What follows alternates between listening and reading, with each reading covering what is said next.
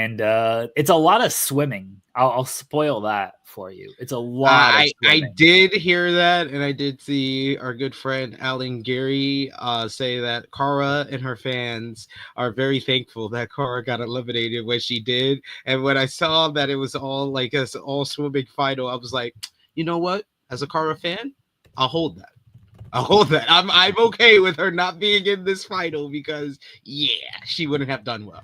Yeah, I don't think she would have done very well in this final because it's so much swimming. So she would have been behind the entire time. Like so far, it's been just a lot of swimming and puzzles, and like she would have been fine on the puzzle part, but she would have fallen so far behind on the swimming part that the puzzles really wouldn't have mattered too much.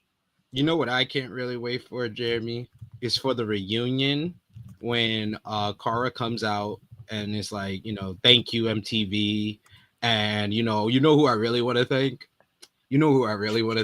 She's been working hard, working side by side, carrying the challenge with me. Laurel Stuckey. You know what? You right there. She deserves a whole bunch of credit for carrying the challenge all these years. Oh, hey, Laurel. Tell Mr. Mama Stuckey I said hi. But first, like TJ Lavin's got to do like an intro of like everything we do is fake. It's all fake, everybody. This reality show. There's no actual reality. We should know that Axis book last night with the challenge. Yes, TJ Lavin kicks off the show with a montage of the challenge, saying how he scripted everything this entire time, and then he opens up and says, "This is the new era. Are you ready for the challenge?" And then Kara comes out, cuts her promo, thanking MTV and thanking Laurel Stuckey, and she also thanks Johnny Bananas. In their culture, how long they've been doing this. Johnny Bananas, he's gonna be in tribal combat against Jordan Wisely. So he's gonna take him down. And then Kara comes out and she puts the Ula Fala on Johnny Bananas, but the Ula Fala is really like bananas. It's a banana necklace. It's a banana necklace that she puts on his over his neck, and he poses. And you think something's gonna happen, but it never happens. It just never happens. It'd be great stuff. The wife was very confused, so we got somebody, and it happened to be my wife, with our intro of picking up in the middle of the conversation and acting like we've been talking for 20 minutes. She's like, "How long have you been doing the show? I could hear you talking." And then it started, and you were just in the middle of a conversation. So we've gotten somebody with this. I apologize to my lovely wife, who is the one who has been gotten. Hello everyone, it is FMC. I'm Jeremy, that's SP3. We did talk just now a little bit about the challenge. We will not have an official challenge recap for today because I don't think either of us realized there was an episode last week, because last time we talked, Cher was like, yeah, there's no episode because it's Christmas and then New Year's. Yeah. So we're like, oh, okay, that makes sense. Like, it's dumb. They should have done an episode on New Year's. Lo and behold, they did do an episode on New Year's. So there was an episode. I've only watched part of it. SP3 hasn't seen it yet. So we will not recap the first half of the finale because the first half of the finale, who really cares? We'll just talk about the entire finale next week, and then we'll preview kind of the reunion episode next week as well. So if you are anticipating Cher talk with our pal Cher Delaware, possibly not going to be on the show today. Should be good next week when we talk about the reunion. Oh, from the clips that I saw already. Yeah. Oh man. They done. People done posted the whole reunion for me, so I pretty much have watched it.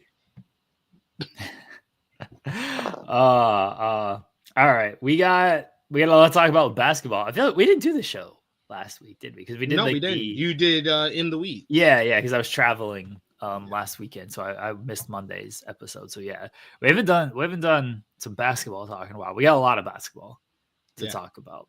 Where do you want to start? Let's start. I mean, honestly, I know you got in the headlines like OKC Thunder and Cleveland Cavaliers, and Jimmy Butler and drama, and this NBA talk. It's very cool, very season starting to pick up a little bit. But I think that we would be a disservice as the only kind of non-wrestling show on this channel on Fightful Overbooked. And what I see a lot in our chat, in comments, or even people that hit me up in DMs that do watch the show, is that they get a lot of their sports information from us. Because they're so I'm dead ass. That this is their place where they get up to date with a lot of like sports talk, especially with the NBA and stuff like that. And I think that we would be a little amiss if we didn't at least mention or at least touch on the Fox Sports lawsuit. Oh, okay. Because I think that's the biggest thing in sports right now. Completely different direction. Where did you think I was going with that? I thought you were going to say, let's talk about the Dorian Finney-Smith trade, because we hadn't talked about that yet. He thinks I'm that much of a freaking Lakers shell. So here's the thing. It was partially, yes, we got to talk about the Lakers. It was also because I love trade talks. So I know you do. I thought you do. I was gonna get to that too. Yeah, I was gonna get to that. I did not think about the Fox Sports stuff. I'm sorry, because my timeline that has been like outside of Raw being on Netflix, my timeline has been mostly that. Bro, did you see Skip or not Skip? We'll talk about Skip.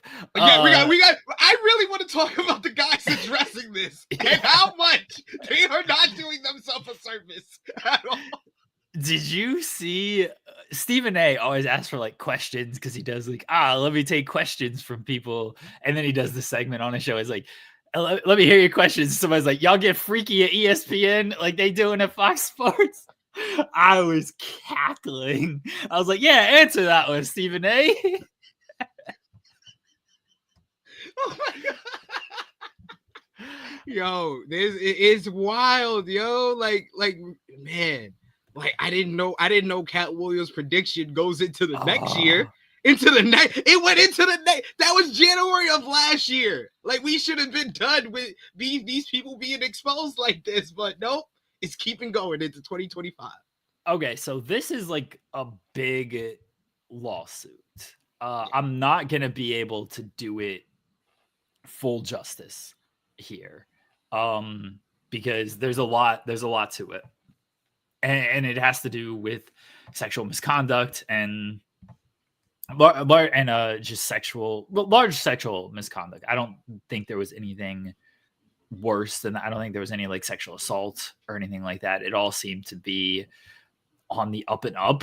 It was just, not good on the up and up, but it doesn't seem like it was past consent. So it's just, yeah. So except in one alleged situation with one personality, but I have the original tweet that I saw was from AJ Perez, who I want to get him right. He's a senior reporter for FOS, Front Office Sports. So he said, exclusive, a former Fox Sports hairdresser alleged a network executive used his position to sexually harass women, and says she refused a $1.5 million offer from former FS1 host Skip Bayless to have sex with him in a lawsuit obtained by Front Office Sports. So I am not going to say the person's name who filed the lawsuit. One, because I feel like it shouldn't have even kind of been out there in the first place, and two, I don't know how to pronounce it, so I'm not gonna do that disservice to her in any which way.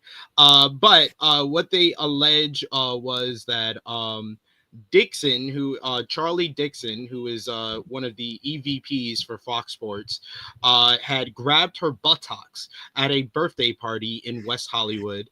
When she relayed the encounter to Joy Taylor, who is an FS1 host, the Fox host allegedly told her to, quote unquote, get over it.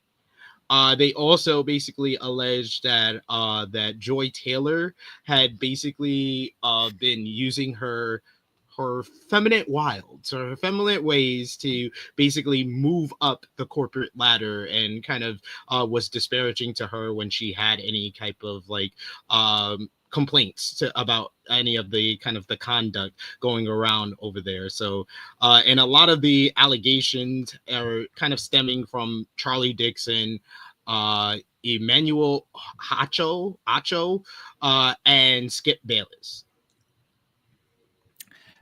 The sexual harassment was the word that I was looking for. Thank you. Because there definitely was some harassment as far as what you said of inappropriate touching and advances that were turned down. So alleged advances that were turned down. So yes, there was sexual harassment going on, and then some sexual misconduct when it comes to Joy Taylor and what she was doing with everyone. And like, yo, this shit is wild, yo. FS1 seems like a freaking mess after this whole thing, because everything is like, and with these type of stuff, especially in sports, it's not one thing that comes out. All of it just starts piling out. It's like an avalanche. If one snowball is coming down, the whole big snowball is gonna come down on top of you too. I like that Shannon Sharp came out and was like, "I got nothing to do with me. Nope, my name ain't in this lawsuit, so don't know what you want me to say." So the reason why he came out and said that is because of Jason Whitlock at it again. God. Yeah, Jason Whitlock using this whole thing to freaking get clicks and get views for his video, and he basically alleged that that Skip Bayless was the reason why Jenny Taft left Fox Sports Net.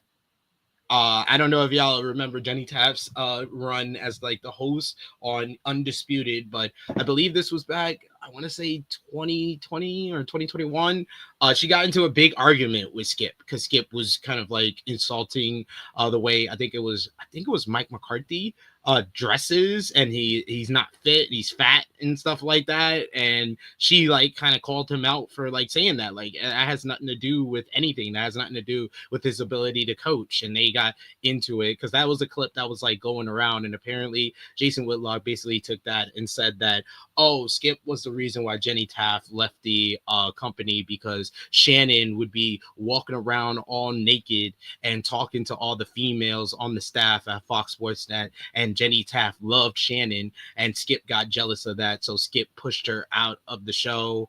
And Shannon Sharp, he would be kind of like, making sexual advances at different women at Fox Sports Net, but because he's Shannon, because he's so charismatic, because he's so fine, that he got away with it, and no one's like accusing him of anything. And he was like, "I'll tell you the truth." Jason Whitlock said, and I quote, "I'll tell you the truth. I know what I'm capable of.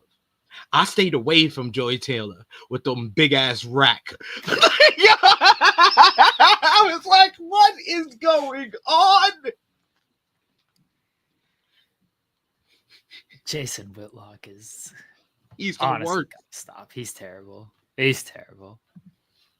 But yeah, he weighed in on it. Have you seen the videos of like, now everybody does like, oh, what was something here? So when Shannon is talking to Skip and he's talking about Joy Taylor being there, and like, oh, Joy, she here, if she leaves, like, who cares? And Joy like looks like at him like disgusted and everything, and like clearly it seems like Shannon may have known something about what was going on there. There's the one video though with Emmanuel Aiko, and he's like giving his NFL takes in like this parking lot. He's clearly like in a parking garage, and he keeps like smelling his fingers, and people, oh, you've not seen this? No. Oh, and people are like, dude, he's doing a post-game, a post-sex like press conference right now. Like that's what people are theorizing. I don't know how true that is, but the internet is just hilarious when it comes to this stuff. And they're like, oh, he went right. He's like, oh, I got to get fire off these NFL takes after I just had sex. But yeah, he keeps like smelling his fingers and people are like, what's going on here? You know, when stuff like this comes out, people just go back and they like rewatch all of this stuff and like, oh, this now looks way more suspicious than it did back in the day. Like, you know, when it first came out, it's just like, oh yeah, he's very opinionated about the NFL. That was another thing I saw is like all this news broke on Sunday, and Sunday was the last day of the NFL season. Obviously there were some important games and stuff, and everyone's like, oh, this dude's guilty because he's always tweeting about the NFL, and now it's the last day of the season and he ain't got shit to say. Like, yup, everything in that lawsuit he did. Yeah, and also they go back and they were like retweeting some of the stuff that he's put out in like just the last year from like 2023 to 2024, and they went back to his birthday post for Joy from 2023, and like I remember, I think I did see that around the time in 2023, and people were just like, does he have like a crush on Joy or something like that? And now that the lawsuit out, now it's just like, yeah. All right, this is going to be awful for us, but we're going to pull up this. Let's see if I can find the video of him doing the post-game press conference. Who does that? Who does that? Post-show. He did the post-show media scrum. Yeah, I can't find it. Oh, hold on. I had to remember what hold on. Oh my god, it's hilarious. My wife is sending me stuff now. Now she's looking it up. Oh, she said she was like she read up on it yesterday anyway, so like, you know, it's like all over the timeline. If you're it's all you have to do is just be on the internet and hear something, like it's or see something about it. Yeah, like it's gonna be there. But yeah, she said she was reading it. But yes, you know, people online are so funny with the way they with the stuff that they come up with. I've been loving it all. Yeah, the anonymous ITW general manager just messaged me. I've never heard of this woman in my life until 24 hours ago. Yeah, and then, you know, it's everywhere, and you cannot avoid it at this point. You cannot avoid it. Like, that's why I said, I was like, that's kind of the biggest thing in sports right now. I think we gotta at least mention it.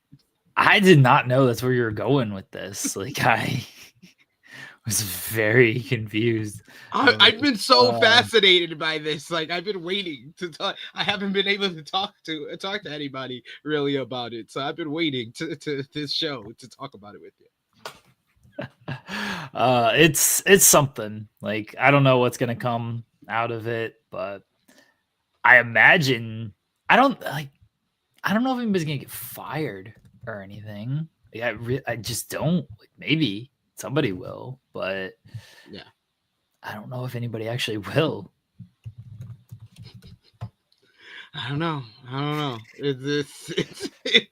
It's a whole mess over there. Fox Sports. I mean, they were already kind of on the downcline because of everything that went down last year with Shannon leaving and then Skip being fired. But man, it's just like y'all went from a mess to an even bigger mess.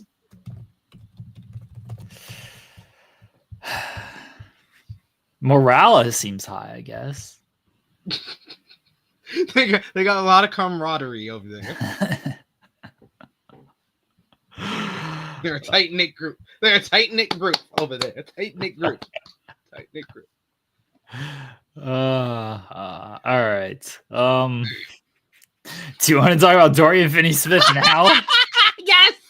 Let's talk about DFS now. Oh my god.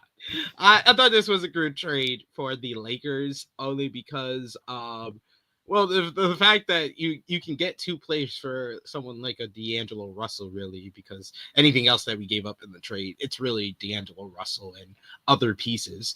I like that, and I like Dorian Finney-Smith, how he can fit on this team, and I like that what it frees up for us potentially coming like the off season, and post LeBron. I think that this is going to be helpful for us as well.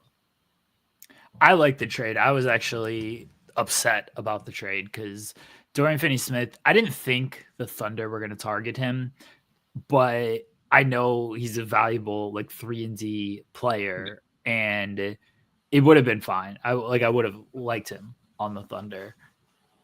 And so the fact that he went to the Lakers, like, oh, they got a good player. Like, that's really what it came down to, is they got rid of Russell, who is a liability defensively, especially in the playoffs. Offensively doesn't make up enough for it. And now with Austin Reeves like really taking over as the secondary playmaker, Russell just wasn't conducive for that roster. So getting Dorian Finney-Smith, I thought was a great trade for them. And it seemed like they swooped in and got him over Memphis, because it sounded like Memphis had a big offer on the table, and he would have been very helpful for Memphis as well.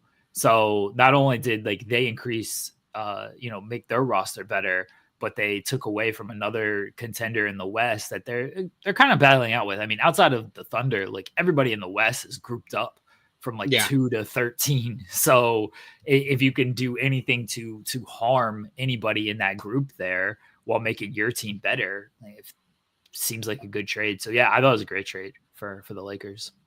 Yeah, and we're doing pretty well now. We're middle of the pack in that kind of whole bum rush of teams outside of the Oklahoma City Thunder in the West, with 3 games out of second place in the West right now, which Rockets and Grizzlies are currently tied. Yeah, I will say, I gotta tell you, Jeremy, I impressed my nephews over the weekend because we had a birthday party for my mom's. So me and my nephews, we always talk about basketball. Like they know me for years, always talk about basketball. So I told my youngest, not my youngest nephew, but my nephew Taj, that I think I talked about him before on the show. And I told him I predicted the Rockets in the top 4 in the West, and he was like, it's like, they are good. And I was like, I saw the vision. They're the OKC Thunder of 2 years ago. I saw the vision, and he was impressed with that. And my nephew, who is a part of the Kyrie family,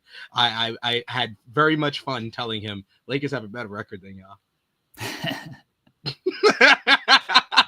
It was my badge of honor, especially, and then the sis came, my niece-in-law came too, and I was just like, you got anything to say about my Lakers? And she was like, no. I was like, let's go. The Lakers are playing well. LeBron came back from his mystery trip to Germany. He took the Kobe trip to Germany, and all of a sudden he looks healthy and refreshed again. So good on him, good on him. Yep, I think that we're shaping up what's going to be our lineup for the rest of the year. We just need kind of our young players like your Max Christie's, your Dalton Connect to play a little bit more consistently. Anthony Davis is a double machine. LeBron James he's not human. Like it's like at this point I'm kind of convinced that LeBron James is not human, because no 40-year-old should play like this. Like you are 40, sir. You can stop being a top 10 player in the NBA. Like most players stop being top 10 players when they're 35. This man is like a top 5 player at 40. That's ridiculous. 24 points, 8 rebounds, 9 assists. It's unreal. And like it makes me kind of like look back on the days where I denied his greatness or did not put him in the top 2-3 players of all time, and then just look at myself foolishly like, you were so young, so naive. You didn't know he was going to be 40 and still a top 5 player. He's lived up to like all the billing, right? Yeah. Because he came in out of high school and it's like, oh, this is the next guy. And now here we are 20 years later, And yeah, he's still a top player at the age of 40. Like, I'm not even, I know you're not like the biggest LeBron fan. I'm not the biggest LeBron fan. I turned the corner on him during the second Cleveland run because I respected all of that. That was definitely where I was like, that's when I became more of like a LeBron fan, is when he went back to Cleveland, because I was like, yeah, you had to finish your job here. Yeah.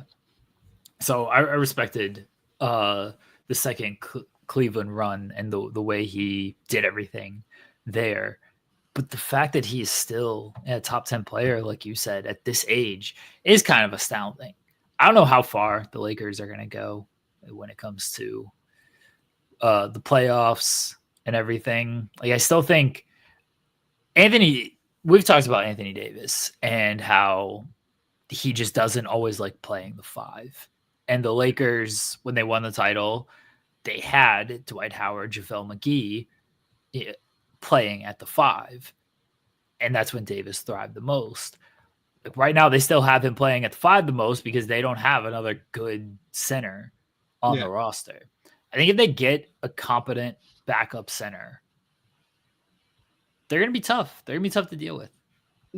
Yeah, I think that's what we need. And like, there's players out there. Like I always say, I think I've said this before on the show. What, get a Clint Capella? Come on, man! Like, someone who's not gonna have, you're not gonna have to give up Reeves to get him. You can give up Rui and a draft pick or something like that, probably, to get someone like a Clint Capella, or probably another contract to make the difference. But I think that Clint Capella would be a key addition, but there's other centers out there that you can fit in. But I totally agree with you. I think Anthony Davis will be completely unlocked when he goes back to the 4 position, because I think that will allow him to stretch the floor well, which he is shooting the 3 ball a little bit better this year.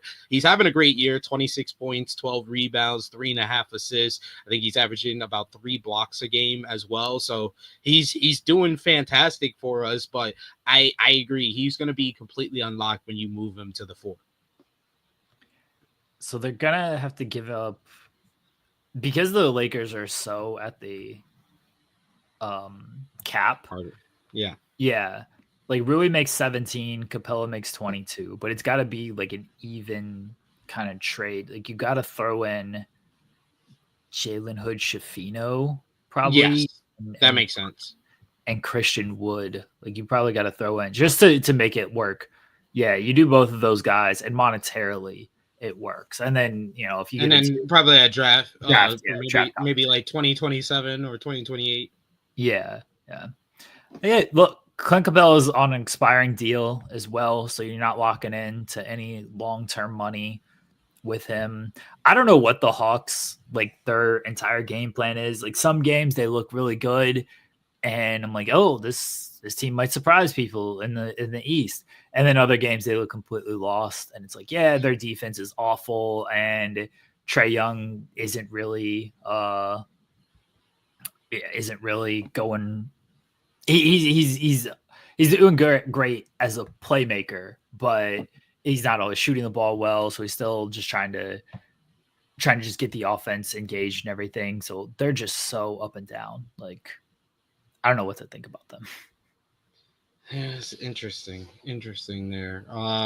Yeah, we'll see what happens there. But yeah, I think we do need to make a move, one more move to kind of fill out this roster. But Dorian Finney-Smith is a good addition. I see you do have we'll get to the big matchup, but we got to talk about Jimmy Butler. I think that's probably the big, before the whole Fox Sports lawsuit jumped off, the biggest story in sports was Jimmy Butler. So, yeah, Jimmy has basically let it be known that he wants out of Miami. He did the big interview where he said that, he's basically done with the organization. And basically the Heat responded by they suspended Jimmy Butler for 7 games. First they were like, we're not trading him. They put out the big statement of, we're not trading him. And then all of a sudden Jimmy Butler is taking one-legged threes and not doing anything on defense. And, oh, I can't find my joy here. I'm not happy here. And it's like, he's suspended for 7 games. We're going to work to trade him. Like, that changed real quickly. Jimmy Butler saw, wait, you're not going to trade me? Okay, I can change this. I can fix this. But it's just like, damn, why do we have to go? This is now, how many teams has Jimmy done this with? It's every team. It's every team. And I don't dislike Jimmy Butler, but it's every single team he has done this with. The Sixers situation is weird because I think he did actually like being in Philadelphia. Yeah. It's just they chose Ben Simmons over him, which they probably regret. Sure. Yeah. At the time, though, I get their thinking. Because Ben Simmons was much younger. Defensively, Ben Simmons was outstanding. He's still good defensively. You would hope that his shooting was going to come along. He was already a great playmaker. Like, you saw the vision with what they had with Ben Simmons. You had much higher hopes. Yeah. So yeah, I understand, because Ben Simmons, there was like a 2 to 3 year run there where people were like, Ben Simmons is an elite point guard. Ben Simmons was a cheat code in 2K because he was a point guard. You just post him up against smaller point guards, and anytime like a double came, he had such great passing. It's like, oh, there's an easy pass, and then you shoot it. Obviously, in real life, 1, he didn't post up anybody, and 2, even if he did, no one cared because it's like, yeah, sure, go ahead and take. What are you gonna do? Do a turnaround fade away? Like, you're not gonna hit that, so we're not worried about that. Like, he just never developed any type of mid-range game, and even like his post game wasn't terrible, but he just didn't go to it too often. But yeah, you would hope that the hope was for Philly that it would have worked out better there. So I understand that one, because I do think he wanted to be in Philly. Minnesota was a disaster, absolute disaster. Chicago, not great. So yeah, he's kind of. This is what's happened. Everyone just kind of assumed. And for a while, like, obviously it worked really well, was in Miami. He's got a great coach in Spoelstra. He's got Pat Riley, who knows what it takes to win, who's willing to spend money, who's willing to do the things necessary to win. And then they couldn't make deals like to get Lillard. They couldn't get another star to go along with him. Tyler Hero's been great this year. I think Tyler Hero's actually been underrated, but that roster as currently constructed isn't a real championship roster. And look, Jimmy Butler's at fault as well, because he doesn't play in the regular season. He doesn't care about the regular season. No, he doesn't. He gets around to February and he's like, okay, now I got to start doing stuff. Now is when we'll start, kind of locking in and taking this stuff seriously. And the playoffs, he's had great playoff runs. There's no championships, but he's had great playoff runs. Yeah, I'm not going to take that away from him. Yeah, took the Miami team in 2023 to the finals. Like, yeah, that was a miraculous run with coming from the East seed to the NBA finals. Only one other team had done that in like recent NBA memory. So yeah, you got to give Jimmy Butler credit for that. But like, man, Jimmy Butler may be the greatest example of the NBA what if series, because I thought about like 3 different what ifs of his career. What if Derrick Rose never gets injured? What if Philadelphia could see the future on Ben Simmons? What if Miami had traded for Damian Lillard? If Miami trades for Damian Lillard, I think we have a completely different conversation with Jimmy Butler, because Butler's probably happier. Obviously, Dame is happy in Miami. They're a better team. Like, they would have figured it out. They're a better team. And who knows where Miami would have been. And, in hindsight, maybe Portland regrets that trade, because Tyler Hero's actually developed into a really good player. He's going to be the biggest all-star snub this year. Yeah. Yeah. So, maybe Portland should have done that deal. I said the offer still at the time on paper wasn't great. Did Portland get a better offer? I mean, they ended up with Jrue Holiday, who they traded and then draft picks. And I don't even know what they came away with in that deal at the end of it. Like, yeah, now it looks like Tyler Hero is probably a better player, but they clearly wanted a guy that they were going to immediately flip anyway, because that's what they did with Drew Holiday. And they felt that they couldn't flip Tyler Hero, which was correct. It was correct at the time. Tyler Hero couldn't be traded at the time. And in hindsight, maybe you just trade for Tyler Hero and keep him and move forward and go from there. Because I think he would have even developed even more with playing on the Portland Trailblazers. Like he's playing with a top 25 player in the NBA, and he's putting up all-star level numbers.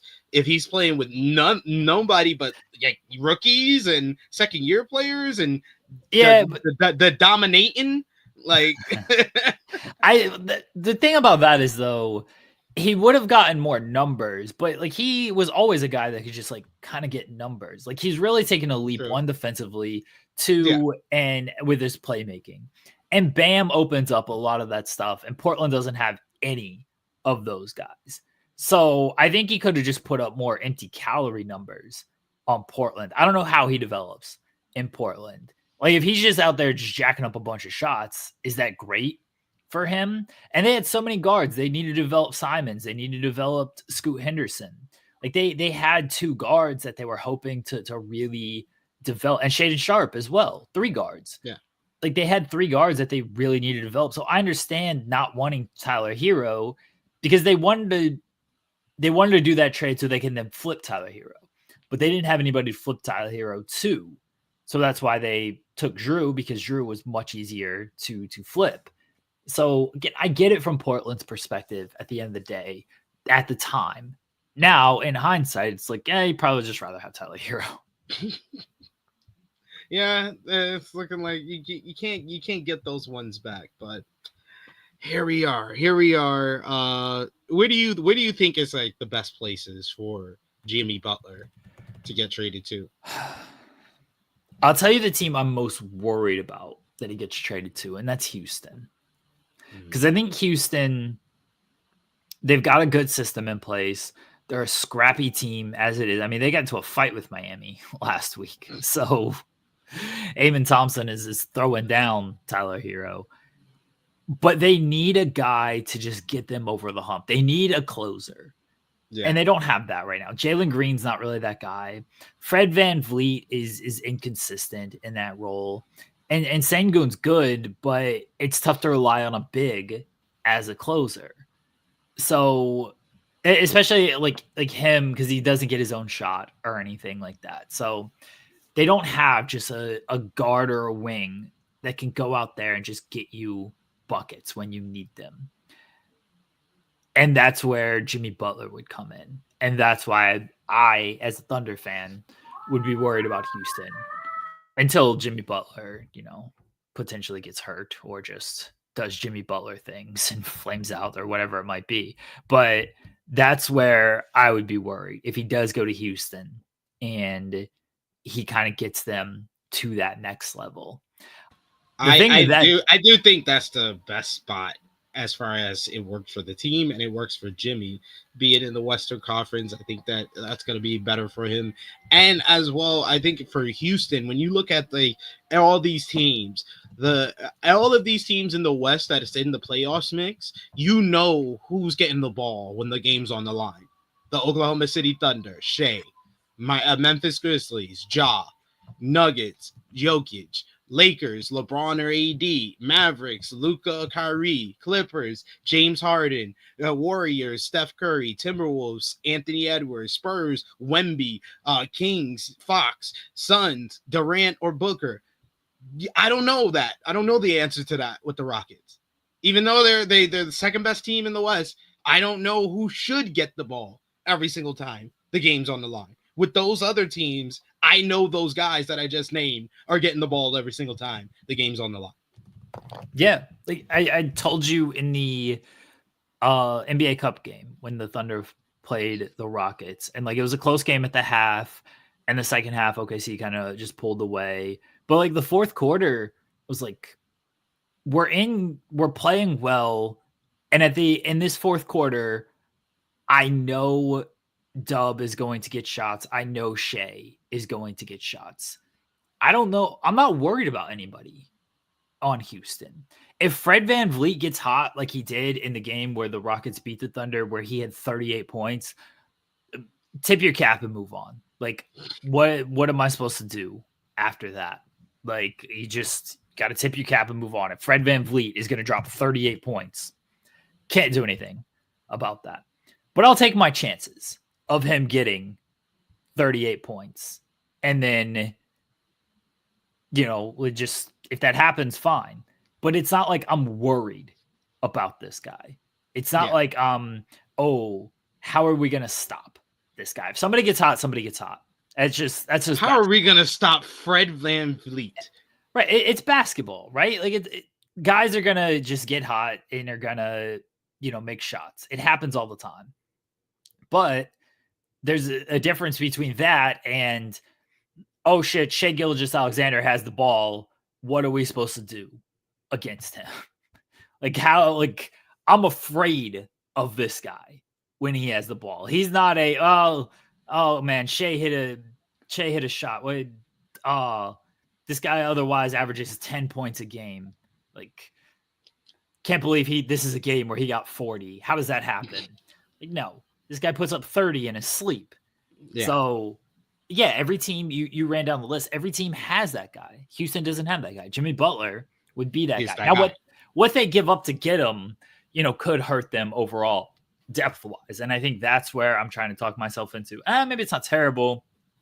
Because when you look at them, they have a whole bunch of like young players who are still developing and are getting good.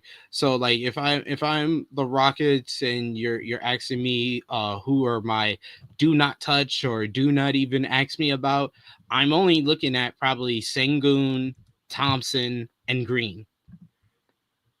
I would keep VanVleet because of the veteran experience and because he's been such a key factor to their success. But other than that, I would give up Brooks. I would give up Adams. I think is one that it would have to be the right player. And I think Jimmy Butler is the right player. Oh, I mean, Steven Adams doesn't even play on that team. Also true. Yeah, they'll give up Steven Adams in a heartbeat. Like they have to basically, they got to make money work as well. Like, yeah, Steven Adams is 100% gone. I legitimately don't know how many minutes he plays, but it feels like I never hear anything about him, which is sad because I will always love Steven Adams. But yeah, he just feels like a money filler at any point. I mean, Steven Adams is playing 10 minutes a game. Yeah, they will 100%. They will easily let that go. Yeah. But like Steven Adams is he's money. That's not the Miami's not looking at Steven Adams and be like, yeah, this is a guy we want in the trade. Like, I think if I'm Miami, I would want Jabari Smith Jr. is hurt right now, but I would be looking at Reed Shepherd, Jabari Smith Jr., and Amen Thompson because I don't think they're going to give up Sengun. I don't think they're going to give up Jalen Green. I'd also look at Tari Eason. He's only 23. Those would be the guys. Like, I got to get at least one, maybe even two of these guys, depending on draft compensation as well. But I got to get at least one of those guys in this trade. It's gonna be interesting with whoever are kind of gonna be the suitors, the people that are coming after Jimmy in this trade. I think another one of the teams that I heard was I hear the Clippers. I think I did hear the Clippers. I didn't hear the Clippers. Yeah, I heard the Clippers, but I don't think that can work financially. Who else did I hear? Who else did you hear? The Suns were a big one. They've got to basically find a third team that'll take Bradley Beal because if I'm Miami, why would I want Bradley Beal? That makes no sense to me. I've read that maybe the Pistons could be a third team that would take Beal in that trade. And I don't know who goes to Phoenix. Oh, I mean, Butler goes to Phoenix. I don't know who goes to Miami in return in that deal. But look, the Pistons got a lot of young talent that could possibly work for Miami. There's also got draft picks that could work for Miami. Bradley Beal in Detroit would be a nice fit for them. Yeah. Like I heard the New Orleans Pelicans had emerged recently as like a team to get in the mix for Butler. Yeah. Okay. I don't know what the Pelicans are giving up. Like Brandon Ingram, they'd have to give up Ingram. Yeah. If you're Miami, is that fine? Like, are you happy with Brandon Ingram? He's younger. He's younger than he's Jimmy. younger. So he's not the defender or the clutch player that Jimmy is. Like, this is the thing when it comes to Jimmy Butler. Is like he's got a player option, which he's probably going to opt into because I don't think he's getting $55 million on the open market. Maybe he is, but he's probably going to opt into this. But theoretically, you're potentially only dealing for half a season for him. So other teams probably aren't going to try to give up too much. But Jimmy Butler is also a really good player. And if you're Miami, though, you don't want to just take back bad contracts that you're locking yourself into at that point. Like, really, you're better off. I don't think they're going to do this, but it feels like there's a world where they just call Jimmy Butler's bluff and they say, you're here at least through the end of this season. Are you going to turn down $55 million? Are you going to turn down this player option and go be a free agent? Or are you going to come here and play basketball? Or are you just going to sit and then lose all this money?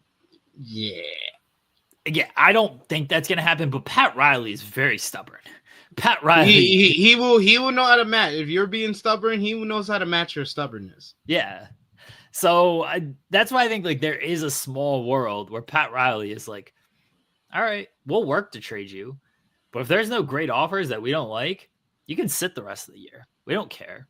And then you can walk and then we're done with you. We don't have to deal with you anymore.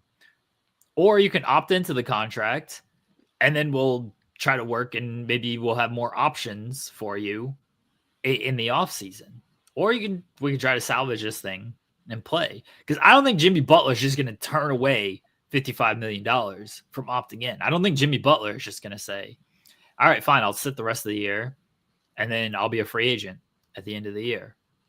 It's two stubborn people clashing when it comes to Butler and Riley. I think eventually he gets traded. I think he gets traded before the deadline. And, where that is, Phoenix, I think, wants to continue to make a splash because the new owner, like that's why they went out and they got Durant. That's why they went out and they got Beal when they didn't need Bradley Beal. But it was like, ooh, Bradley Beal's a shiny new toy. Let's go get him. And it hasn't worked. They've been kind of falling here lately. I don't think Jimmy Butler fixes anything, but again, the owner wants to do things where it's like, oh, let's go get a shiny new toy. It's very much Steve Ballmer syndrome of just like, how many all-star name players can I acquire right now? And now Jimmy Butler is just the newest one to do that. Yeah, we're gonna see how that works out for him. I don't know, but I got another team in the mix. Okay. The Memphis Grizzlies. Memphis Grizzlies, I think, are the team. If they're willingly give up, probably Desmond Bane. I don't think if I'm Memphis, I'm not giving up Bane. I'm not doing that. I mean, the only other thing that might work is if they give up. I'm on NBA Trade Machine on another tab. I don't know if you want me to show how I. Yeah. I'll share the screen. Yeah. Trying to see what would work for Memphis to get Jimmy Butler right now. That's what I'm doing over here. So yeah, I got Marcus Smart, Brandon Clark, which only gives me about 32 million, and Jimmy Butler is making 48 million this year. So you're probably going to have to throw in another player. And I'm not too sure about their younger players. GG Jackson, I do know is good. So I feel like he's been injured for part of the season. So yeah. I don't like, maybe they'd be kind of okay with that because they've had, Scottie Pippen Jr. has become much better. Yes. And I think Jalen But I don't Wells think and Spencer. he's not available to trade. Right Okay, now. okay. But so Jalen Wells and Cam Spencer have become really good rotation players. So maybe they feel a little bit more comfortable trading Gigi Jackson. Not sure. Oh, they got it, and they got a trade exempt from Steven Adams too.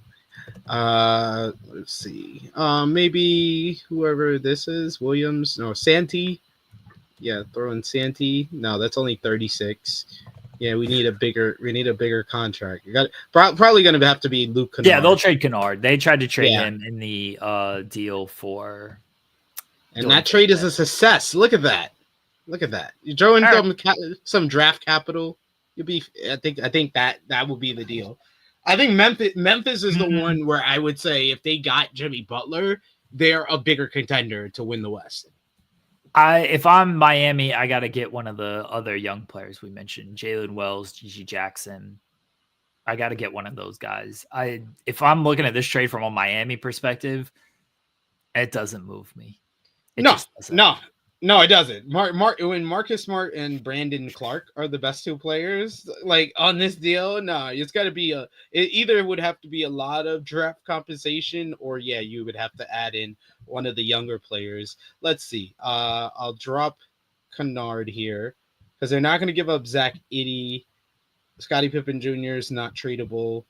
Gigi Jackson, I don't know if that gets them to where they need to be. I don't know about do they have any? Well, I think that no, I don't think this is gonna work. Let's see. Yeah, trade failed. I mean, you'd have to keep Kennard in there. They don't care about. Kennard. They'll trade Kennard too. Trade 4 for 1. It's Jimmy Butler. There we go. Yeah, add in like a draft pick, maybe a first rounder, second rounder. That seems like a better trade for Miami. Yeah, they can flip Kennard. If I'm Miami, I gotta get one of the young guys from Memphis because the three we had before they're not moving me when it comes to that. Memphis is a sneaky option there. I do think there might be a little like the teams feel super comfortable bringing in Jimmy Butler. One, not only like personality wise, he's a big personality, but he's an older player. Not everybody's LeBron, Not everybody's LeBron. And Jimmy Butler, for as good as his playoff runs have been, he doesn't give you a ton regular season. And then playoffs, like he's been injured a lot. Like, how's he going to be in the playoffs? Is he going to be healthy for the playoffs? I don't know. It's a risk teams, I'm sure, are willing to take. We'll see if somebody will pull the trigger. Who it is, not sure. Somebody will make the deal. Some team will trade. This one seems like kind of easy because how is Dylan Brooks making $22 million? Oh, they had all the cap space to spend. They had so much cap space to spend. I know, because they have nothing but younger players. But goddamn, and Sengun, this poor guy is gonna have to get paid like $5 million. Like, what are we doing? I'm pretty sure he's already signed a new deal. They already signed him to like okay. So it probably kicks in next year. Yeah. And then you add someone like an Adams, and then they'll probably have to give up one of the younger players. I'm either thinking Cam Whitmore or Jabari Smith Jr. What do you think? Yeah, if I'm Miami, I'm asking for Jabari Smith Jr., Tari Eason, Jalen Green, Amon Thompson. Like, I'm asking for one of those guys. Yeah, I think if you're Houston though, you're not going to give up Thompson and Green.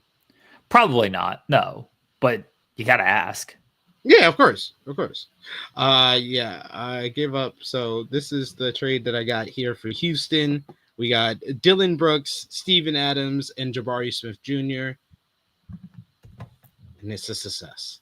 Add some trade, add some draft capital. Hollinger's analysis is that with this trade, you have increased this team's projected wins by 1. See? There we go. There you go. Let's see who else have we discussed. The Pelicans. Let's go to the Pelicans next. See what that trade looks like.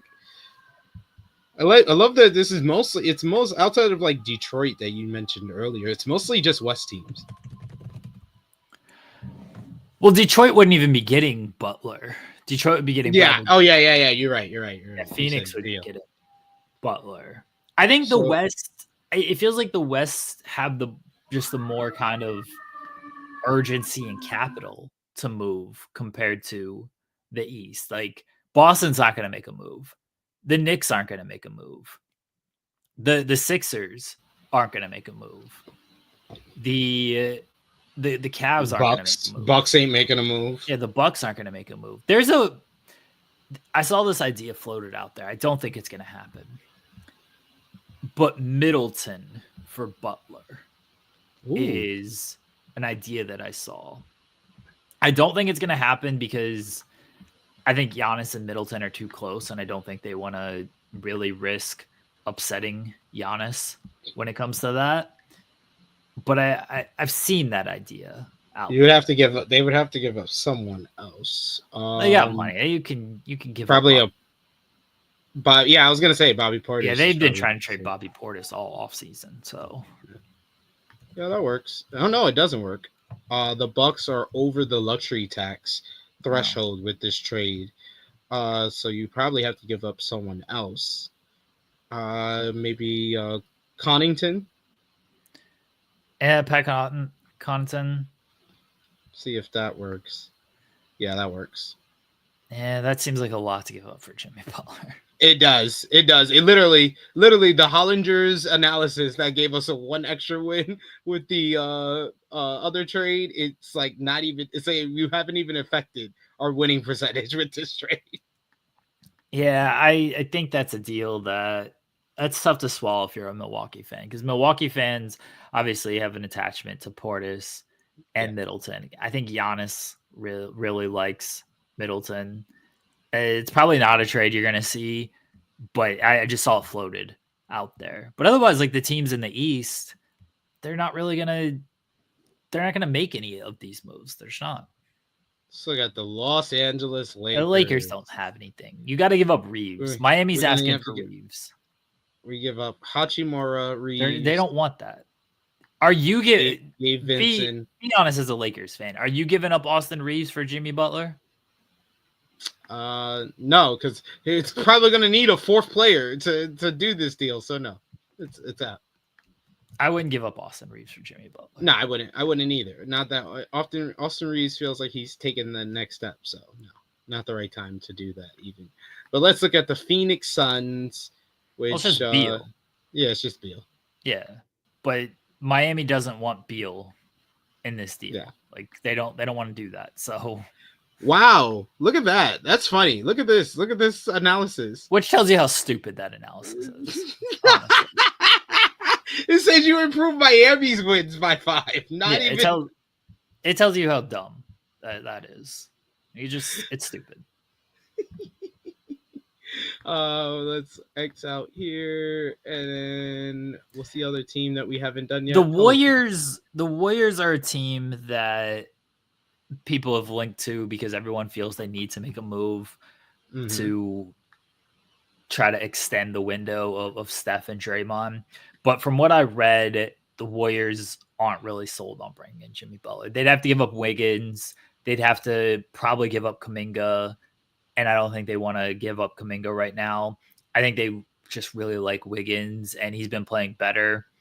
And I don't think they see Jimmy Butler as a guy who moves them as much as maybe other people do. So, again, this is from what I read. This is on The Athletic that I read this, that the Warriors aren't super sold on like trading for Jimmy Butler.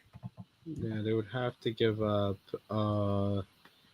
Wiggins, Kuminga, and probably Schroeder to make even the money work. And even then, still the money doesn't work because they're over the luxury tax. So, not worth it. Not worth it. If you have to give up more than 3 players to get Jimmy Butler, then you should probably not even be in this conversation. Sacramento Kings is another one that I've heard. That team's a mess. They just Yeah. beat Miami last night, which tells you where Miami's at. But Yeah, I think that would probably be DeRozan and Herter. yeah, Well, that failed. does They would have to throw in one more contract, so just get McClone, and that works. And once again, it helps Miami. It's 9 extra wins. well, Miami should definitely do it then. You know? Jesus Christ. And then what's the other team that we haven't looked at? Was it Pelicans, right? Pelicans would just be probably Ingram and another player. I don't know if they want to give up Herbert Jones. Probably not. No, not for Jimmy Butler. I think Herb Jones you can flip for. One, I don't think they want to trade Herb Jones. I think they actually view Herb Jones as somebody they can kind of like build around. That is a very useful piece. They're correct about that. Yeah. We'll throw in Daniel Theis. Oh no. I don't know why the Pelicans are making any type of move anyway. They're not a playoff team this year. If you're Jimmy Butler re-signing with the Pelicans, if you're the Pelicans, do you want to give a long-term deal to Jimmy Butler? I don't know why the Pelicans are even talked about. They're a surprise suitor, apparently, for this. Then you got San Antonio. It would probably be Vassell and Harrison Barnes. And the money works that way. I don't know if I'm giving up Devin Vassell for Jimmy Butler. Like, if I'm San Antonio, you go for Keldon Johnson then? If I'm San Antonio, this is not the move I'm making. Like, I'm not making a move to get an aging Jimmy Butler. That doesn't make sense. Especially when you already have an aging Chris Paul. So, San Antonio makes more sense to go after De'Aaron Fox, which was a rumor. Yeah, I don't know why if you're San Antonio, you're going to trade for an aging Jimmy Butler. It just doesn't make any sense to me. Yeah, but we see the trades that would make sense for Jimmy and Miami and the other team. So it's going to be interesting. But you have one more thing in the headline for us to touch on, which is the Oklahoma City Thunder versus the Cleveland Cavaliers, the 2 top teams in the NBA going at it. The Thunder have won 15 straight. We ignore the NBA Cup game because it doesn't count. Legitimately does not count. It does not count. Yeah. And the Cavs, I think, have won 10 straight. It's going to be a clash on Wednesday. It's going to be high drama. The Thunder have played 2 really good games against the Knicks and the Celtics, where they were down double digits in the first half and they came back to win both those games. The Cavs are playing better than anybody not named the Thunder all season. And throughout the season, they played just as good as the Thunder. I mean, they have a better win-loss record. I don't know what to expect, honestly. Like, I could see how OKC wins. I could see how Cleveland wins. It's in Cleveland. Some of it will depend if, like, Caruso plays, because having him out there is just helpful in all situations. Obviously, the Thunder don't have Chet, so it's not the full version of the Thunder, but they haven't missed them. They've only lost 1 regular season game without them. And the Cavs with their bigs, with Allen and Mobley, feels like they can get something done on the boards there. Darius Garland's playing great. Donovan Mitchell is going to be tough to slow down. Do they have anybody that could stop Shea? I don't know. I'm looking forward to the game. I'm nervous but excited because the team's good. And so these games have been fun. If they lose, they're not going to win every game. Like, they're 30-5. So can't really be like, oh man, this loss is going to really set us back. Like, and we're just 30 loss. It's not that big of a deal at the end of the day. You'll be fine. But it'll be a good game. I'm glad they put it on television because it wasn't at first, which was stupid. I don't even remember what was on the game on ESPN before this, but it's very dumb that they. Probably Lakers or Knicks. Yeah, I mean that honestly, you can't go wrong with thinking that. I feel like it was actually like the Bulls. So here are the other 7:00 games because the Thunder and Cavs are at 7. Mhm. Bulls and Pacers or Wizards and Sixers. Honestly, they might have looked at Wizards and Sixers and been like, "Oh, Embiid, George, Maxey, let's put the Sixers on." You know it was supposed to be a 7:00 game. Do I know it was supposed to be the 7:00 game?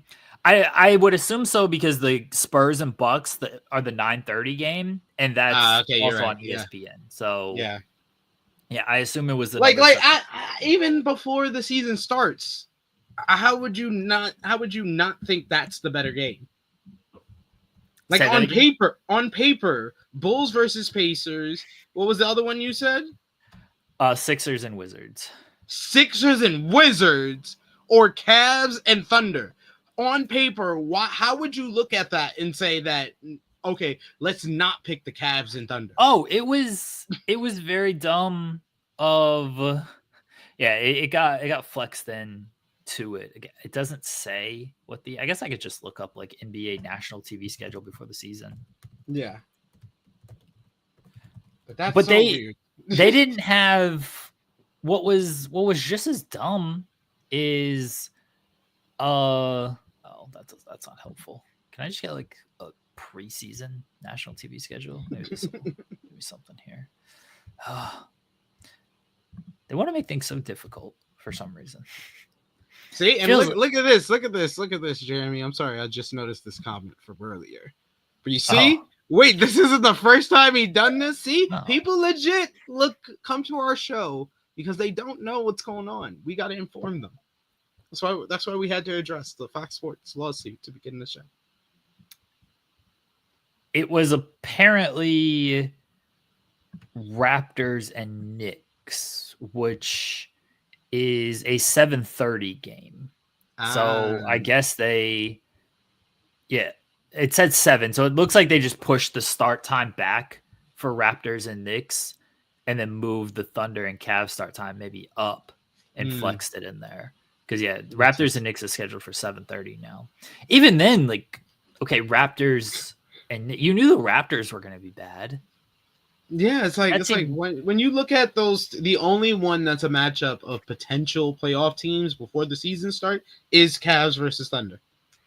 Well, they didn't have the Thunder and the Celtics game televised until it got flexed in. And it got flexed on the NBA TV because, they didn't have like ESPN partner. They didn't have like games already scheduled. So it just got flexed on the NBA TV. But they didn't have that televised at all. And it's like, I don't know, defending champions against the number 1 seed in the West, where you knew Shea was probably going to be an all-star again. Everyone agreed the offseason they got better. Maybe you should put that game on TV. I don't know. But this sounds like a good idea to me. This one too. It's like, okay, number 1 seed in the West last year against what the Cavs were one of the top teams in the West. Or in the East. They're a playoff team. They were everyone knew they were gonna be a playoff team this year. It's just I don't think anyone knew they would be the number 1 seed, but it's really, really goofy, really difficult. I am gonna go with the Cavs to win on Wednesday. Fair. Only because I'm still waiting to see the fully healthy Thunder get like 20 games under them together. Like 20, 30 games with them together consistently on the floor this season. And I think that's when I really believe in them to beat any team they go up against.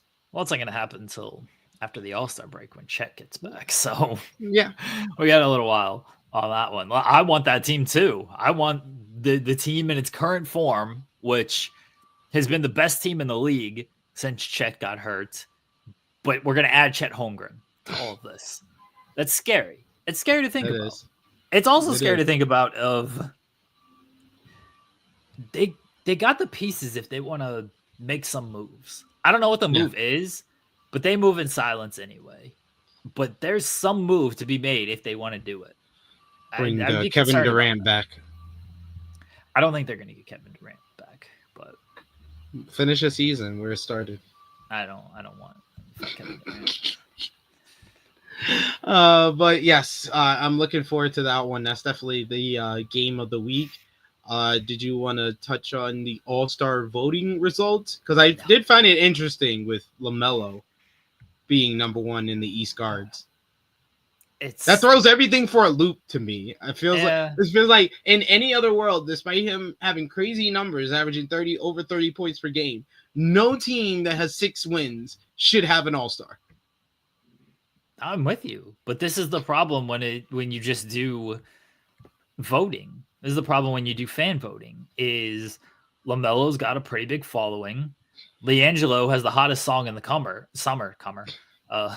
Hottest song, like it's not even summer. I don't even know where it's going. The hottest song of the year so far. Yeah, LiAngelo's got the hottest song of the year. So like this is the problem when you do fan vote with this stuff, is you're gonna get results like this. So I still have not listened to it, but I've been hearing everybody tell me that for like a week now. So yeah, like this is what's gonna happen. You're gonna get stuff where LaMelo's first in fan voting. Well, now he's an all-star, even though he's on a 6-win team. What do you change the process if you're not? They did because it's not just the fan voting anymore. Right. It's the fan voting with the player vote and with the. I think it's media or coaches vote, whatever. I think it's coaches. Yeah. Yeah. So. We'll see. But if you're number one in the fan voting, then you're probably they're not going to negate you that much to the point that they're saying, "Yo, fuck the fans. We don't care if he's number one. He's not an all-star." Like, no, they're going to make the all-star team if you're number one in the fan voting. Yeah, and he'll be there. Like his numbers are good enough to be there. It's just the Hornets aren't very good, and they don't win a whole lot. So. Yeah, but it's just like crazy because like there's gonna be teams that are very good or are the contenders in the East that is not going to be able to make the All-Star game. And like Tyler Hero is probably the biggest. Like I said, I think he's going to be the biggest snub, and I think that a lot of that comes down to LaMelo being voted in by the fans.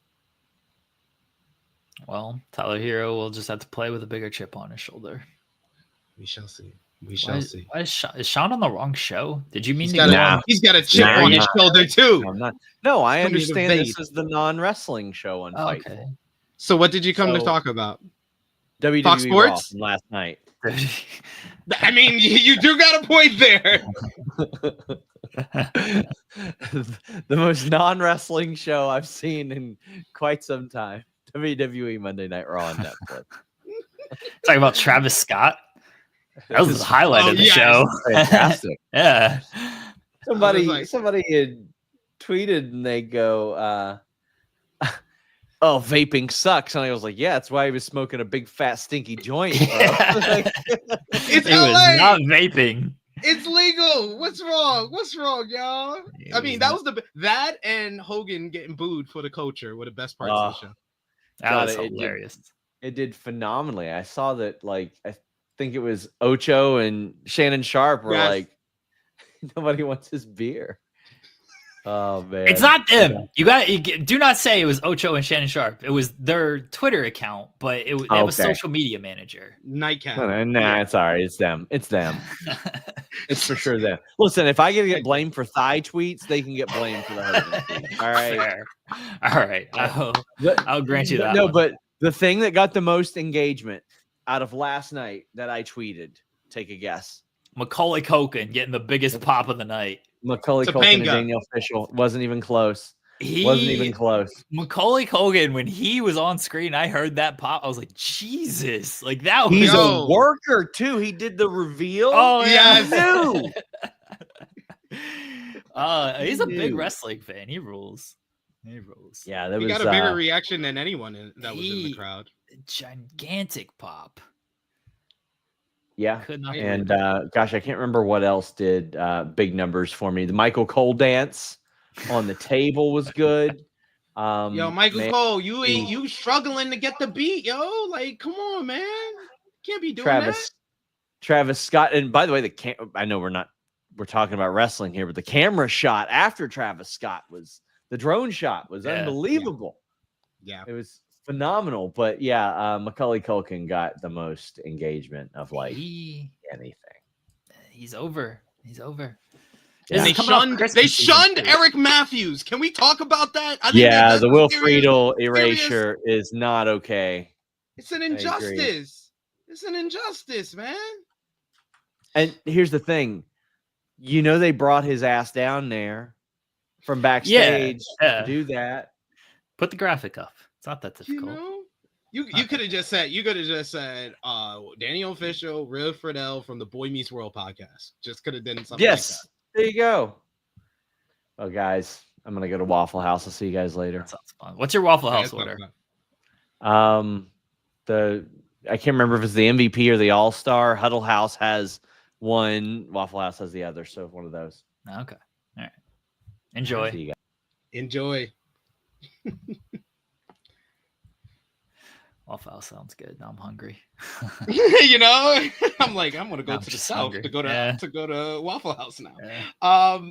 I think the only thing we have left to do is our bottom Hot takes? three, top Oh, three, and hottest takes. All right. Do you want me to start off bottom three, hottest three? Yeah, you can go. You can go ahead. Okay. You can start us off. It's the same teams. All these teams suck. All these teams suck.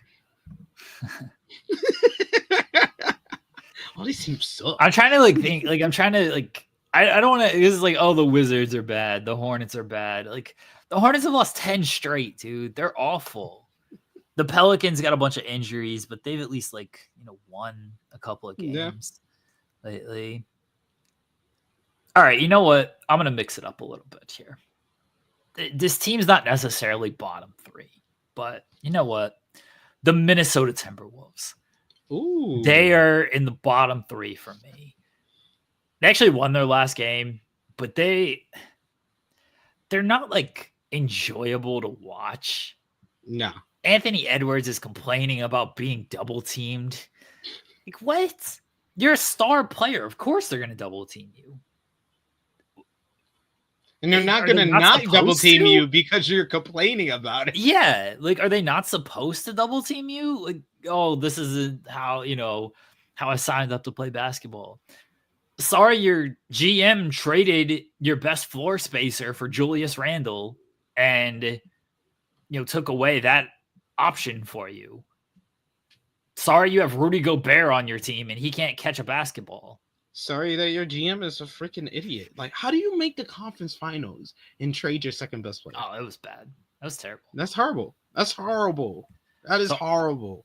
I'm gonna put the Minnesota Timberwolves there, and I could probably put the Phoenix Suns there. They won their last game as well, but Phoenix is kind of a disaster right now. They've at least got a better record over Phoenix. Tied for the number 3 spot, since they're not really the worst teams in the league. Minnesota and Phoenix. There we go. I think that's fair. I think that is fair. I am making a rule for myself to make it interesting this week as well. All right. I cannot pick the Cavs or the Thunder. Oh, okay. In my top 3 this week. It. So coming in at number 3, I'm going to go with the Houston Rockets. I think that Houston, I predicted it. You heard it here first on FMC. That's why y'all need to watch FMC, because my predictions, Jeremy's predictions, our hottest takes are going off like bangbusters in one way or the other. Bangbusters? Yeah, What? one way or the other. Either No. it's going really well, it's not so well at all. But yeah, Houston Rockets, they've been playing very well together, and they just have that youth to them. I think that the only thing that's going to get in their way is when they get to the playoffs is their lack of experience. I feel like if they're in the mix for the Jimmy Butler trade, that would be a big move to them. But even if they're not, they got Sengun, who I think is going to be an all-star. You got Jalen Green, who might be a fringe all-star. Fred VanVleet, who's playing very well as the lead veteran for the team. So I like their overall team. I like the way they play. They're exciting to watch. Houston Rockets, number 3. All right, fair. Especially with the rule you've given yourself, I can respect that. All right, I'm gonna group these teams together. There's not a whole lot to say about them. The Wizards still suck, and the Hornets suck. Those are the bottom 2 teams. I don't have anything more. The Hornets have lost 10 straight. They've lost 10 straight. LaMelo is super entertaining as a singular entity, but as I said before the season, not a guy who is conducive to winning. And the rest of the roster ain't going to help him win. So he's just out there hitting cool shots, looking like dude perfect, doing trick shots and everything. But he's not winning basketball games. And I don't know if he's a guy that will win basketball games because I don't know if the team isn't good, but there's also enough evidence that he's just not a guy that's going to drive winning, whether the teams around him is good or not. Because I think they got good players. I just don't know if he's a guy that's going to drive winning. And then the Wizards at least know they suck, and the Wizards have no disillusion otherwise. They're like, yeah, we're not good. We get it. Jordan Poole, go out there. This. Yeah. Jordan Poole, go do what you want. Cole Bally is taking kind of a step. Sarr looks better than he did to start the season. So they're at least building something in all of this losing. They've at least got a couple of guys who it's like, you know what? They got some guys who, they got some guys who maybe in a couple of years can be winning players. But right now, they're not because it's not a very good team. But they know it's not a good team. The Hornets have been the same team for like 5 years now. When they draft LaMelo, LaMelo's been in the league at least 5 years, right? 2020? Was he 2020 draft? Because 2019 was Zion and Ja. So he was the year after, wasn't he? I'm looking it up. This is LaMelo's 1, 2, 3, 4, 5th season. Yes, I was correct. This is 5th season. So 2020, yeah. They're at where they're at. And they've had good draft picks since then. Again, they've gotten Brandon Miller. They're just not a good team. They paid all this money for Miles Bridges. Woman beater. It is what it is with LaMelo. He's gonna play. He's gonna score the bucket, but it seems like no one on his team can. So they're gonna be where they're gonna be. Number 2 and 1 for me. So number 2 for me this week, we're going to go with the New York Knicks. New York Knicks have really put it together. They found that chemistry that I was looking for them early on in the season. And boy, oh boy, is Karl Anthony Towns looking like the best pickup of anyone in the offseason. He's looking like an MVP candidate for the New York Knicks, a fringe MVP candidate, because I don't think anyone's going to outdo what Giannis or Jokic is putting up numbers-wise this season. But if we were looking at it from the old school MVP way of thinking of, hey, the teams that are in the top half of the league in the West and the East, the top player on those teams should probably win MVP instead of the person who putting up video game numbers. But anyway, that's besides the point. I think he would be in that conversation, and now he's basically made in a lot of sense during the regular season. Brunson is the number 2, and he might be one of the better number 2s in all of the NBA. So I think that he will be back in that number 1 spot when we go to the playoffs. But I've been really liking what they've been putting up. Cat putting up a double-double. Brunson's going to be an all-star. So been like what the Knicks been given. And then number 1, the reigning NBA champion, Boston Celtics. Had to give them number 1 despite the loss. Yes, I know they just lost. The cops are coming after you for putting this losing ass Boston They lost Celtics to the team. number 1 team in the Western Conference. Yeah, they're real bad. But they also did beat those Rockets. They beat the Timberwolves. They also have a win over the Raptors in the last week. So I like what Boston's been doing. They're just so deep from top to bottom. And really, this has felt like Tatum's best year. He's really stepped it up on the defensive end and really became one of the top 2-way players in all of the NBA. Jaylen Brown's been playing well as well. And they just 1 through 7. I don't think there's a better team in the NBA. So Boston Celtics, number 1 this week. Let me ask you a question, SP3. How many points did you score in the second half of any basketball game on Sunday? How many points did you score? 2. You scored 2? Like you played. Okay. What game did you play on Sunday? NBA 2K Okay. 25. All right, let me rephrase this question. How many points did you score? How many points did you score in the second half of the Thunder versus Celtics game on Sunday? How many points did you score? 0. You scored the same amount of points as Jaylen Brown did. I scored the same amount of points as Jaylen Brown did in the second half of the Thunder and Celtics game on Sunday. We deserve $60 million. We can score 0 points.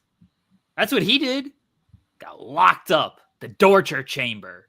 Got his ass.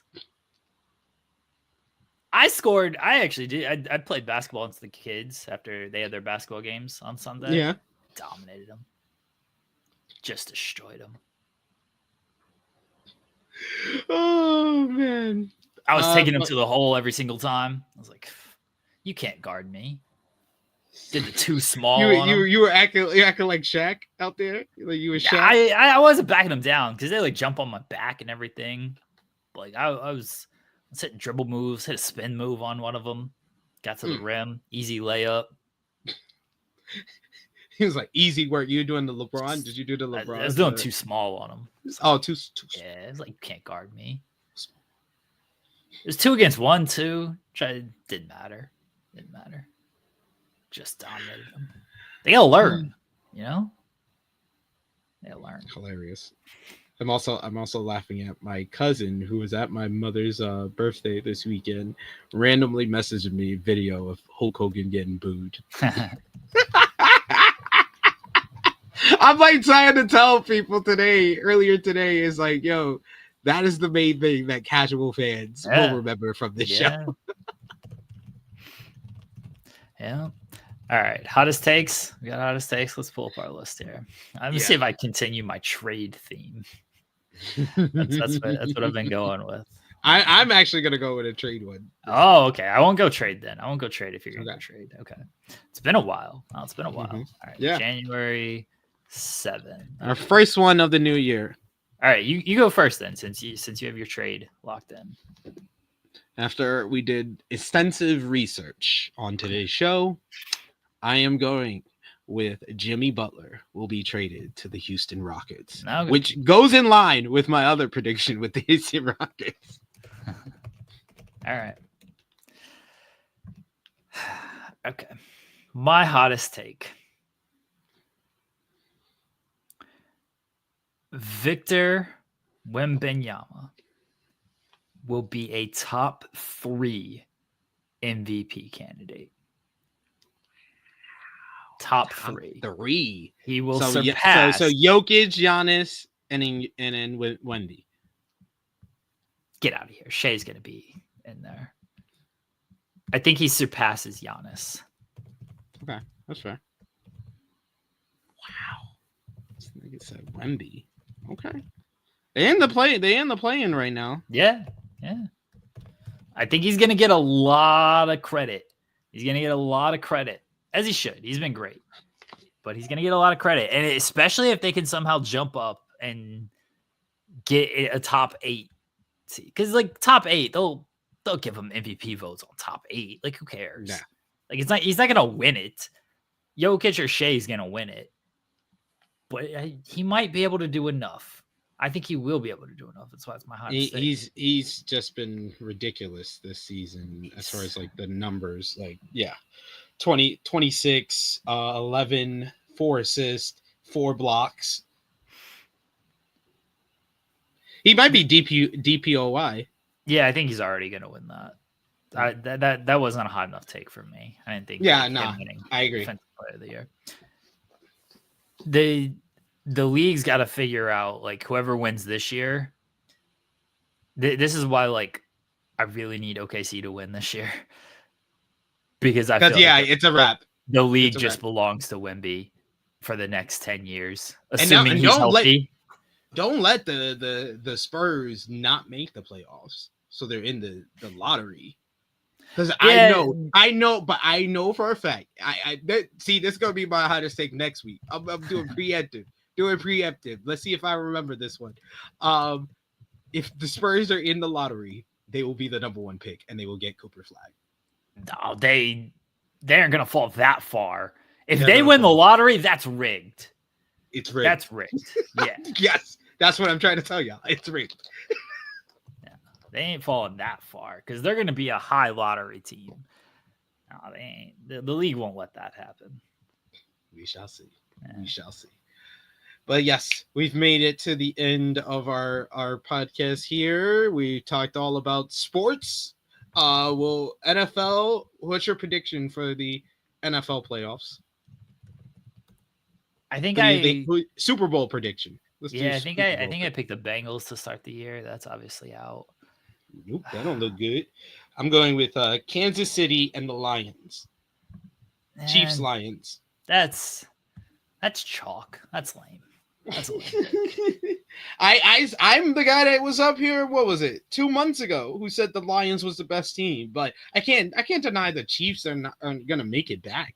I mean, look, I have a hard time betting against the Chiefs. Like picking against the Chiefs, they've literally done is like win. So why am I gonna think that? Oh yeah, all of a sudden they're now gonna lose. But I don't want to go like full chalk. I'm gonna go the Bills. The Lions, like their defensive issues kind of worry me. Oh, they look great against the Vikings. The problem is like I don't like any of these teams in the NFC. I don't think any of these NFC teams are that great. No. So I will go with the Lions on the NFC, but nothing in the NFC would surprise me. The AFC is a lot like more top heavy with the Ravens, the Chiefs, and the Bills. Yeah. It's going to come down to one of those teams with the star quarterbacks with Josh Allen, Lamar Jackson, and Patrick Mahomes. So we shall see. It's going to be interesting. We'll touch on it here on the podcast, I guess next week. But yeah, just had to mention that. No, fair. All right. Anything else? When Cher's back next week, I will give y'all some more 90 days because I have to have Cher's reaction to it. Fair. Or it's not as good. Yeah, I respect that. All right. Anything you want to plug, SP3? Check out my wrestling YouTube channel, True Heel Heat. Me and Romeo will be live today at 1:05 p.m. Eastern Time with Rated Raw reviewing last night's WWE Raw on Netflix, where I'm sure we are not going to agree on the quality of that show because really, you think Romeo's going to like it? Yeah. I feel like if Triple H spit in his mouth, he would say it's holy water. But yeah, he's a drone. He gets very drone-ish sometimes. Yes. But it is fun. I like doing shows with people that I know are not going to agree with me on the quality of the show. That's why I do a ramble with Jimmy Macaram every Thursday. But yes, we're gonna have fun talking about last night's show, talking about The Rock scrapping WrestleMania plans. It seems Hulk Hogan being booed, Travis Scott smoking weed. It was a good time. So join us live, True Heel Heat flagship, True Heel Heat YouTube channel for Rated Raw review. I will be there tomorrow with our Battle in the Valley preview for New Japan Pro Wrestling. Check out our NJPW Wrestle Kingdom 19 and NJPW AEW Wrestle Dynasty reviews that we did yesterday, because that was another one that got heated because Jay News did not understand why people in the locker room were upset at Chris Charlton. So it was a great debate to start off the show where I was just like, nah, I kind of get it. He's fucking up the money. But it was good time. Check it out. I think we'll probably talk about. We talked a little about Charlton on In the Weeds, but yeah, I'm of two minds on that one. Yeah. I'm of the mind that it's not his full sentence, his full diatribe that he did. It's when he gets so emotional that his voice cracks and he talks over Rocky. Because then Rocky gets quiet, and then Walker says the line of "Put your guns away, guys," meaning that Chris was shooting. So that's when it was like, yeah, that right there. It's not the whole diatribe. It's that right there when he got way too emotional, way too into it. Plus, he's never been a heel commentator. Now he's a heel commentator. Like, it's just, there was so many things that were wrong there. And I like Chris. I've chatted with Chris. He's such a good guy, such a good dude from talking to him on social media and stuff. But I see what he did wrong. I think where it got lost for me, one, it was like too much. I was just like, maybe pull it back a little bit. Two is like, I didn't mind when he equated like his thoughts to words by Yoda Tsuji and Gabe Kidd and David Finley, because all of them said the same thing. Chris Charlton said, Yeah. Like they've all called Tony Khan, not all of them, but like Gabe Kidd certainly called Tony Khan a money mark and is like F Tony Khan and all of this stuff. Like these are all things New Japan wrestlers have said. I think if Charlton keeps it at Gabe Kidd said this, David Finley said this, Yoda Tsuji said this, then I think he's okay. When he starts, like you said, kind of getting too much into his own thoughts and feelings, and again, I thought take away from the matches a little bit, then it's like, hey, maybe you should like pull that in a little bit. Yeah. And it's a credit to both Kenny Omega and Gabe Kidd that it didn't take away from that match. Yeah, they certainly did. Phenomenal. Oh my God. That match was amazing. Just amazing. All right, SP3. We'll be back next week with a new episode. Share Delaware will be back. We'll have the challenge to recap and a bunch of other stuff. I don't know. Basketball. Just everything. Bye, everybody.